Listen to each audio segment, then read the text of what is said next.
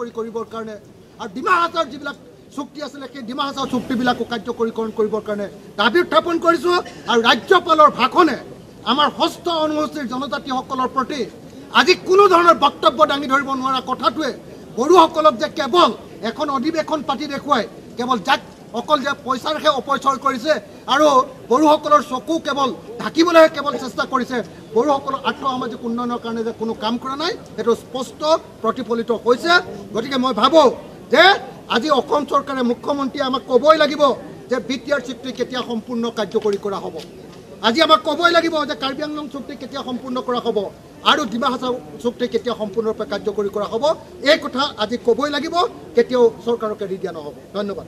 কৰিবৰ কাৰণে আৰু ডিমা হাছাওৰ যিবিলাক চুক্তি আছিলে সেই ডিমা হাছাওৰ চুক্তিবিলাকো কাৰ্যকৰীকৰণ কৰিবৰ কাৰণে দাবী উত্থাপন কৰিছোঁ আৰু ৰাজ্যপালৰ ভাষণে আমাৰ হস্ত অনুসূচিৰ জনজাতিসকলৰ প্ৰতি আজি কোনো ধৰণৰ বক্তব্য দাঙি ধৰিব নোৱাৰা কথাটোৱে বড়োসকলক যে কেৱল এখন অধিৱেশন পাতি দেখুৱাই কেৱল যাক অকল যে পইচাৰহে অপচয় কৰিছে আৰু বড়োসকলৰ চকু কেৱল ঢাকিবলৈহে কেৱল চেষ্টা কৰিছে বড়োসকলৰ আৰ্থসামাজিক উন্নয়নৰ কাৰণে যে কোনো কাম কৰা নাই সেইটো স্পষ্ট প্ৰতিফলিত হৈছে।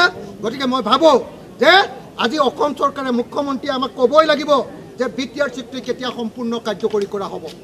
আজি আমাক ক'বই লাগিব যে কাৰ্বি আংলং চুক্তি কেতিয়া সম্পূৰ্ণ কৰা হ'ব আৰু ডিমা হাছাও চুক্তি কেতিয়া সম্পূৰ্ণৰূপে কাৰ্যকৰী কৰা হ'ব এই কথা আজি ক'বই লাগিব, কেতিয়াও চৰকাৰক এৰি দিয়া নহ'ব। ধন্যবাদ।